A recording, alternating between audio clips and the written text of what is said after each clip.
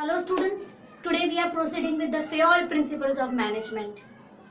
Okay, before proceeding on this topic directly, I would like to give you some background. मैं आपको ये बताना चाहती हूँ कि मैनेजमेंट की फील्ड में हेनरी फेओल और फ्रेडरिक विंसलो टेलर इन दोनों का कंट्रीब्यूशन बहुत ही इम्पोर्टेंट माना गया है. इनका कंट्रीब्यूशन 18th सेंचुरी में था.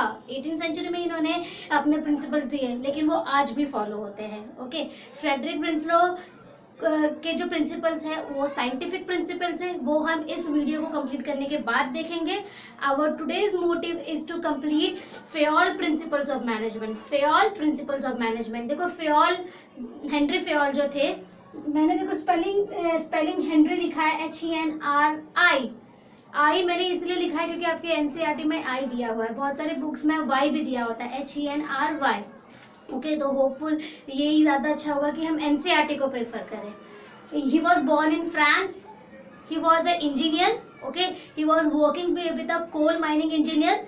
As a coal mining company में एज ए इंजीनियर काम कर रहे थे ये इनिशियली. फिर बाद में धीरे धीरे वो प्रमोट होकर मैनेजिंग डायरेक्टर बन गए थे. उनके पूरे थ्रू आउट द लाइफ के जो एक्सपीरियंसेस जो रहे थे उसके बेस्ड पे इन्होंने 14 प्रिंसिपल्स ऑफ मैनेजमेंट बनाए. He has given 14 principles of management. ये क्या है? एक जनरल गाइडलाइंस है, एक जनरल प्रिंसिपल्स है जो हर एक मैनेजर को यूजफुल है. कोई भी मैनेजर किसी भी कंपनी में काम कर रहा हो, whether it's a big organisation, whether it's a NGO, hospital और anything else, whatever it is, they require it. This principle will be very very helpful for them. Okay, Henri Fayol के contribution देखो. इनके principal जो है administrative principal है, ये administration में काम आते हैं. ओके, उसके बाद हेनरी फेओल जो हम 5 फंक्शंस पढ़ते हैं ना मैनेजमेंट के, planning, organising, staffing, directing, controlling, उनको भी इन्होंने ही बनाए हैं. Okay, and he has also given 14 principles of management. That's why he is known as the father of general management. He is known as the father of management, father of general management. Okay, yes, so slowly we will proceed on this 14 principle. Very first principle is division of work. With the name itself you can identify that what is the meaning of this division of work. Work means काम, और division मतलब divide करो. काम को क्या करो? Divide करो. मैंने पहले भी बताया कि ऑर्गेनाइजेशन में बहुत सारे वर्क होते हैं, बहुत सारे activities are there which is need to be perform. ठीक है, उसके बाद क्या करते हैं? स्पेशलाइजेशन लाने के लिए, परफेक्शन लाने के लिए, एफिशिएंसी लाने के लिए और ऑप्टिमम यूटिलाइजेशन ऑफ रिसोर्सेज के लिए हम क्या करते हैं? वर्क को क्या करते हैं? डिवाइड करते हैं, टुकड़ों में डिवाइड करते हैं. तो ये प्रिंसिपल भी यही कहता है, dividing the whole work into small task. छोटे छोटे टुकड़ों में काम को बांट दो. देखो मैंने एक एग्जांपल लिया है यहाँ पे प्रोडक्शन डिपार्टमेंट का. प्रोडक्शन डिपार्टमेंट में क्या होता है? प्रोडक्शन डिपार्टमेंट में क्या होता है? गुड्स को प्रोड्यूस किया जाता है. रॉ मटेरियल से सेमी फिनिश गुड्स या फिर फिनिश गुड्स बनाए जाते हैं, है ना? यही काम है, यही प्रोसेस है. अब देखो प्रोडक्शन डिपार्टमेंट में फिर क्या क्या वर्क होंगे? What are the works which are needed to be perform in a production department? First is, सबसे पहले तो रॉ मटेरियल को उठा करके उसके जगह से मशीन जहाँ पे उसका प्रोडक्शन होगा वहाँ पे ले जाना.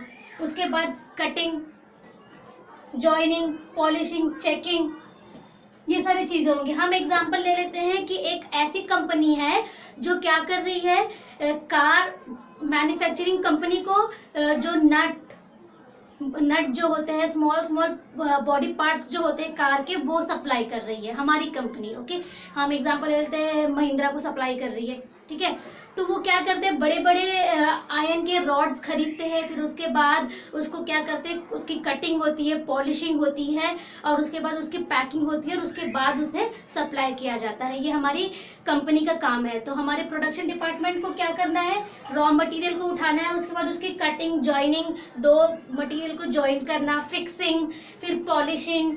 उसके बाद गुड्स बनने के बाद चेकिंग भी तो होनी चाहिए भाई, कितने डिफेक्टिव गुड्स है. सेल्स डिपार्टमेंट से कंप्लेन आए या फिर महिंद्रा से कंप्लेन आए, उससे अच्छा हम पहले ही चेक कर लें. उसके बाद क्या होता है? परमिशन फ्रॉम हेड से भी तो परमिशन लेनी होगी ताकि हम गुड्स को आगे ट्रांसफर करें. उसके बाद पैकिंग वगैरह भी होगी, है ना? तो ये सारा वर्क है जो एक प्रोडक्शन डिपार्टमेंट का है. तो हम क्या कर सकते हैं? इस पूरे वर्क को डिवाइड कर सकते हैं अलग अलग टास्क में.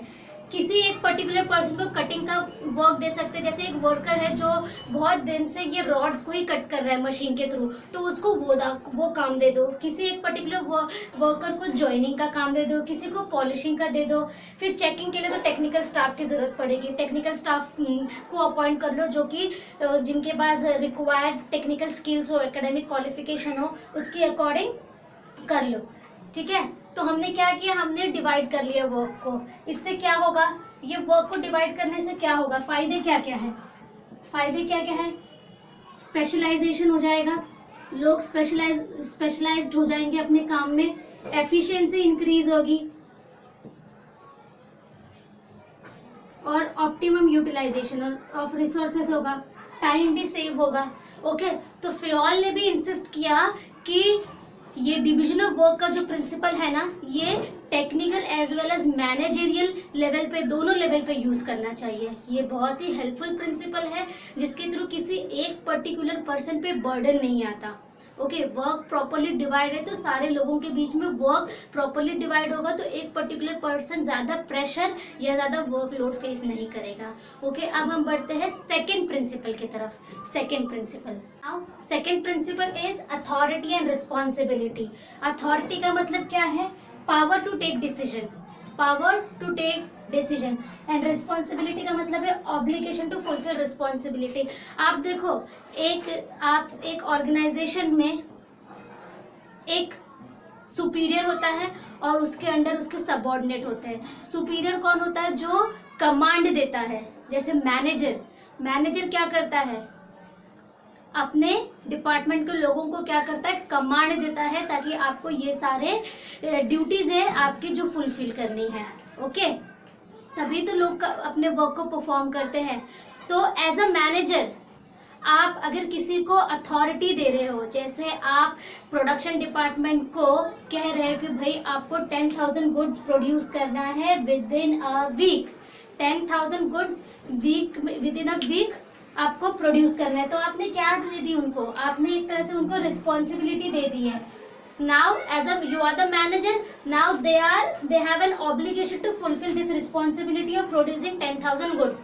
Yes, 10,000 goods को प्रोड्यूस करने की रिस्पॉन्सिबिलिटी आ गई है इनके ऊपर, लेकिन आपने एक गलती कर दी। आपने क्या कर दिया, इनको अथॉरिटी नहीं दी। इनको क्या दी, अथॉरिटी नहीं दी कि ये परचेज डिपार्टमेंट से रॉ मटेरियल ला सके। आपने इनको अथॉरिटी नहीं दी कि भाई आपको 10,000 गुड्स प्रोड्यूस करने के लिए जो भी रॉ मटेरियल चाहिए वो आप प्रोडक्शन डिपार्टमेंट, वो आप परचेज डिपार्टमेंट को कह करके मंगा सकते हो। तो क्या ये वर्क कंप्लीट होगा टाइम पे, नहीं होगा, पहली बात। ओके, और दूसरी बात क्या होगी, यहाँ पे अथॉरिटी और रिस्पॉन्सिबिलिटी प्रॉपरली डिस्ट्रीब्यूट नहीं हुई है।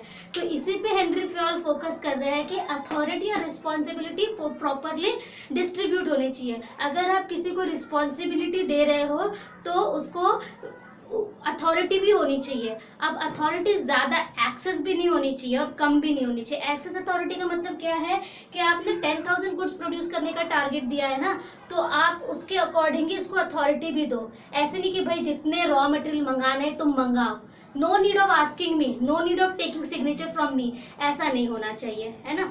अथॉरिटी कैसी होनी चाहिए, जितनी ज़रूरत है उतनी होनी चाहिए, वरना क्या होगा, अथॉरिटी का मिसयूज होगा, अथॉरिटी का मिसयूज होगा। और ऐसा हो सकता है एक पर्सन दूसरे पर्सन को डोमिनेट भी करे। ओके, डोमिनेट भी करे। डोमिनेट का मतलब क्या है, अपनी अथॉरिटी का नाजायज़ फ़ायदा उठाए, मिसयूज करना, ये सारी चीज़ें भी नहीं होना चाहिए। हेनरी फ्योल ने इस पर भी फोकस किया है। ओके, अब हम थर्ड हमारे फंक्शन की तरफ बढ़ते हैं। तो हमारा थर्ड प्रिंसिपल क्या है, डिसिप्लिन। थर्ड प्रिंसिपल क्या है, डिसिप्लिन। डिसिप्लिन तो आप लोग स्टूडेंट हो तो आप लोग मेरे से ज़्यादा जानते होंगे, ऑब्वियसली मैं भी जानती हूँ क्योंकि मैं भी एक टीचर हूँ।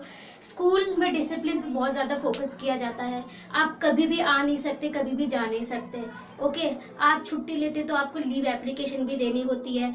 आपको अगर आप कोई ऐसा काम करते हो जो कि नहीं करना चाहिए तो आपको अपने पेरेंट्स से नोट भी लिखवा कर लाना पड़ता है। ये सारा क्या है, एक तरह से डिसिप्लिन का पार्ट है। ओके, मॉर्निंग असेंबली की होती है स्कूल में, क्योंकि ये आपको क्या करता है, ट्रेन करता है कि आपके अंदर गुड हैबिट्स इनबिल्ट करते हैं और आपको मैनर्स सिखाते हैं, और ये सारा इसीलिए स्कूल में डिसिप्लिन पे ज़्यादा फोकस किया जाता है। सेम हेनरी फ्योल कहते हैं कि एक ऑर्गेनाइजेशन में भी डिसिप्लिन होना चाहिए।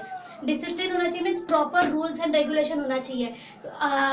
एम्प्लॉयज़ के जो होते हैं टाइमिंग्स प्रॉपर फिक्स होने चाहिए, उसके बाद प्रॉपर कोड ऑफ कंडक्ट होना चाहिए, वर्क को कैसे परफॉर्म करना चाहिए, स्कूल ऑर्गेनाइजेशन के डू एंड डोंट्स प्रॉपरली लिखे हुए होने चाहिए। ओके, पेनल्टीज, अगर कोई गलती करता है तो पेनल्टीज होनी चाहिए, जैसे कि अगर आपके ऑर्गेनाइजेशन में स्मोकिंग अलाउड नहीं है, आपके प्रीमाइसेस में, ऑफिस प्रीमाइसेस में स्मोकिंग अलाउड नहीं है और कोई पकड़ा जाता है स्मोक करते हुए, तो आपको रिक्वायर्ड पेनल्टीज लगानी चाहिए। फिर एम्प्लॉयज़ एग्रीमेंट, अगर जब एक ऑर्गेनाइजेशन किसी एम्प्लॉय को हायर करता है तो प्रॉपर एग्रीमेंट होना चाहिए कि कितनी उनकी सैलरी होगी, आगे इंक्रीमेंट कितने साल बाद, कितने महीनों बाद या कितने साल बाद उनका इंक्रीमेंट होगा, कितना परसेंटेज इंक्रीमेंट होगा, उनका पीएफ कितना कटेगा। ओके, ये सारी चीज़ें उस एग्रीमेंट में प्रॉपरली होनी चाहिए। उसके बाद गुड सुपीरियर, जो सुपीरियर होते हैं, जो कमांड देते हैं एम्प्लॉयज़ को, वो हाईली क्वालिफाइड होने चाहिए और वेल मैनर्ड होने चाहिए और प्लस वेल डिसिप्लिन्ड भी होने चाहिए, क्योंकि अगर सुपीरियर ही ढीला व्यक्ति है तो एम्प्लॉयज़ भी ढीले तरीके से ही काम करेंगे, है ना। जैसे आपके स्कूल के प्रिंसिपल्स वैसे होते तो नहीं है, स्कूल के प्रिंसिपल केयरलेस तो होते नहीं है, लेकिन अगर उनका बिहेवियर थोड़ा सा कैजुअल है तो उनका वो कैजुअल बिहेवियर टीचर्स पे और स्टूडेंट्स पे भी दिखेगा, क्योंकि जो हमारा जो हेड है उनका ही बिहेवियर कैजुअल है, तो ऐसा कैजुअल बिहेवियर नहीं होना चाहिए। फिर कमिटमेंट, एम्प्लॉयज़ भी कमिटेड होने चाहिए और सबऑर्डिनेट सुपीरियर दोनों ही कमिटेड होना चाहिए। अगर आपको कोई टारगेट दिया है तो आप कमिटेड है उस पर कि आप उस टारगेट को फुलफिल करेंगे। ओके, तो ये था हमारा थर्ड प्रिंसिपल। हेनरी फ्योल ने फोकस किया डिसिप्लिन जरूरी है एक ऑर्गेनाइजेशन में, ताकि ऑर्गेनाइजेशन लॉन्ग टर्म तक सर्वाइव कर सके मार्केट में। Okay, now we are proceeding on the fourth principle. Students, fourth principle unity of command. Unity of command, Henri Fayol ने इस पर बहुत फोकस किया है और ये बहुत ही ज़रूरी भी है। Unity of command means Henri Fayol ये कहते हैं कि there should be one person giving command to the group of people. ठीक है, जैसे देखो, समझो ये एक ऑर्गेनाइजेशन है, इसमें दो सुपीरियर हैं जो कमांड देंगे। ओके, ये और यहाँ पे नंबर ऑफ एम्प्लॉयज़ है जो कि ऑर्गेनाइजेशन में अपना वर्क परफॉर्म कर रहे हैं। अब ये जो मिस्टर ए है, इसको इनकी तरफ से भी कमांड मिल रहा है। ये जो फर्स्ट एम्प्लॉय है, इसको मिस्टर ए के तरफ से भी कमांड मिल रहा है और मिस्टर बी के तरफ से भी। ओके, सेम ये जो पर्सन है, इसको भी इनकी तरफ से भी कमांड मिल रहा है, इनकी तरफ से भी कमांड मिल रहा है। अब क्या हो रहा है, एक ही वर्क को परफॉर्म करने के लिए दो लोग कमांड कर रहे हैं, मिस्टर ए भी कमांड कर रहे हैं, मिस्टर बी भी कमांड कर रहे हैं। अब ये जो एम्प्लॉयज है ये टोटली कंफ्यूज्ड है कि भाई हम किसकी बात माने, क्योंकि दोनों जो बोल रहे हैं वो अपने अपने तरीके से बोल रहे हैं। ओके, अपने अपने समझ के अकॉर्डिंग बोल रहे हैं। मिस्टर ए कह रहे हैं कि भाई आज आपको ओवर टाइम करना है, मिस्टर बी कह रहे हैं कि नहीं कोई बात नहीं, कल सुबह जल्दी आ जाना, आज चले जाओ, कल सुबह जल्दी आ जाना। ओके, ऑल्दो दोनों का जो गोल्स है दैट इज फिक्स्ड कि हमें ऑर्गेनाइजेशन के गोल्स को अचीव करना है, टारगेट को अचीव करना है, लेकिन दोनों का जो कॉन्सेप्ट है वो अलग है। इससे क्या हो रहा है, एम्प्लॉयज के बीच में क्या हो रहा है, केओस है, कंफ्यूजन है। अब एम्प्लॉयज कंफ्यूज्ड है, मिस्टर ए की बात मान करके ओवर टाइम करे कि मिस्टर बी की बात मान करके कल सुबह में आए, है ना। तो हेनरी फ्योल कहते हैं कि देखो there should be one superior to give command to their subordinate. आप सिर्फ और सिर्फ मिस्टर ए ही इनको कमांड देंगे तो इनको पता है कि भाई मिस्टर ए के अकॉर्डिंग ये है कि भाई आज ओवर टाइम करना है, कल सुबह जल्दी आने की जरूरत नहीं, आज ओवर टाइम करके आज का काम आज ही खत्म कर देते हैं।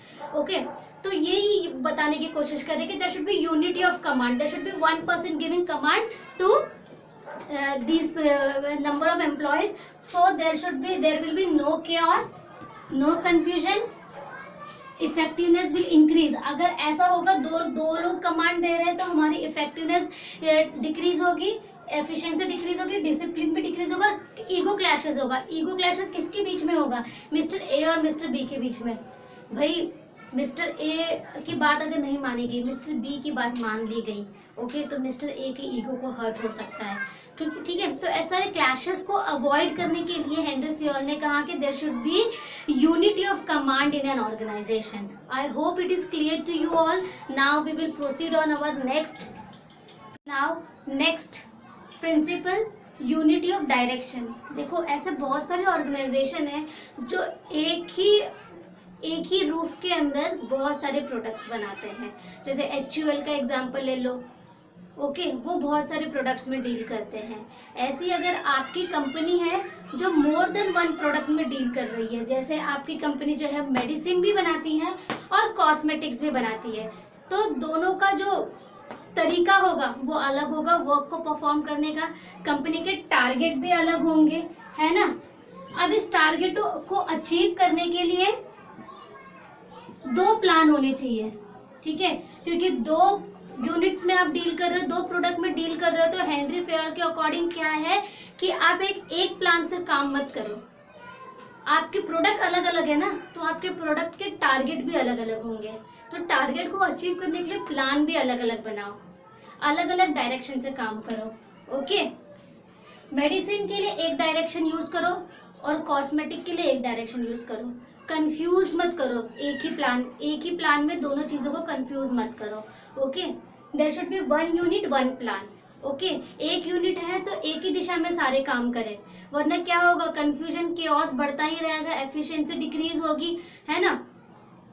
जैसे एक ही रूफ के अंदर यहाँ पे बगल में मेडिसिन भी बन रही है, कॉस्मेटिक भी बन रहा है, कभी एक एम्प्लॉय मेडिसिन बना रहा है तो कभी एक एम्प्लॉय कॉस्मेटिक बना रहा है, ठीक है। अब यहाँ पर भी देखो प्रॉपर डिवीजन ऑफ वर्क नहीं होने के कारण क्या हो रहा है कि वो बंदा कोई भी वर्क अच्छे से परफॉर्म नहीं करेगा, पहली चीज। और दूसरी चीज क्या होगी कि प्रोडक्ट भी मिक्स होंगे, यूनिटी ऑफ डायरेक्शन नहीं है, तो ये मिस्टर जो पर्सन जो कॉस्मेटिक भी बना रहा है और मेडिसिन भी बना रहा है, टोटली कंफ्यूज है, भाई मैं ये करूँ कि ये करूँ, और दोनों काम वो अच्छे से नहीं कर पाएगा। क्यों? क्योंकि there is lack of unity of direction.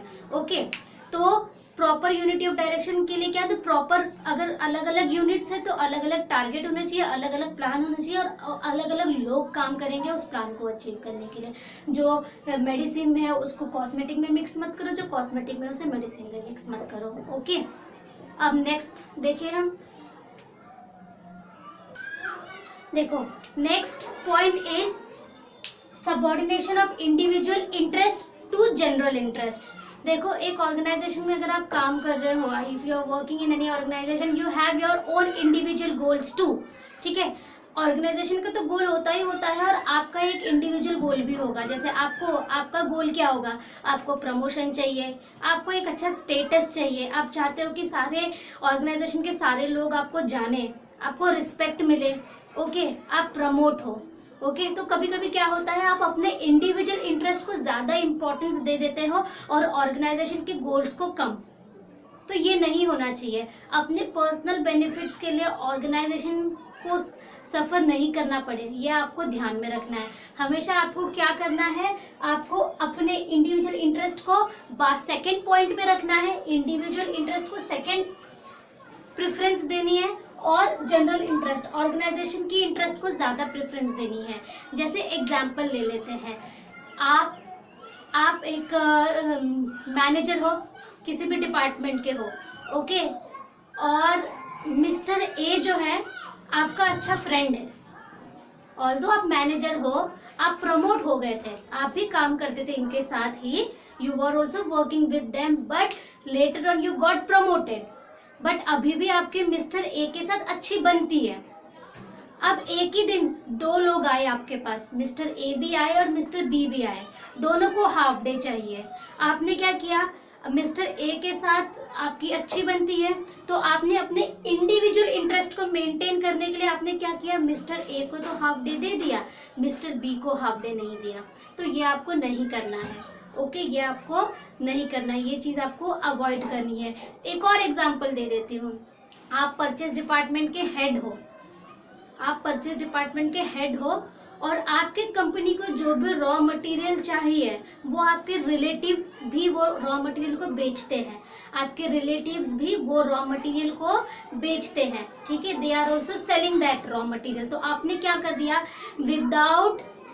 Without any pure thinking, आपने बिना सोचे समझे आपने क्या कर दिया, अपने रिलेटिव से गुड्स खरीद लिए। तो यहाँ पर आपने क्या किया, इंडिविजुअल इंटरेस्ट पे ज़्यादा फोकस किया। आपने ये नहीं देखा, ऑर्गेनाइजेशन के पॉइंट ऑफ व्यू से नहीं देखा, आपने मार्केट में अलग अलग सप्लायर्स से रॉ मटेरियल के प्राइस को जानने की कोशिश किए बिना आपने क्या किया, अपने रिलेटिव से गुड्स खरीद लिए, ताकि आपका एक इंडिविजुअल इंटरेस्ट, आपका एक उनके सामने एक इमेज मेंटेन रहे। तो आपको ये चीज़ें अवॉइड करनी है ताकि आपका ऑर्गेनाइजेशन सर्वाइव कर सके। Okay, no partiality, focus on organisational goals. Okay,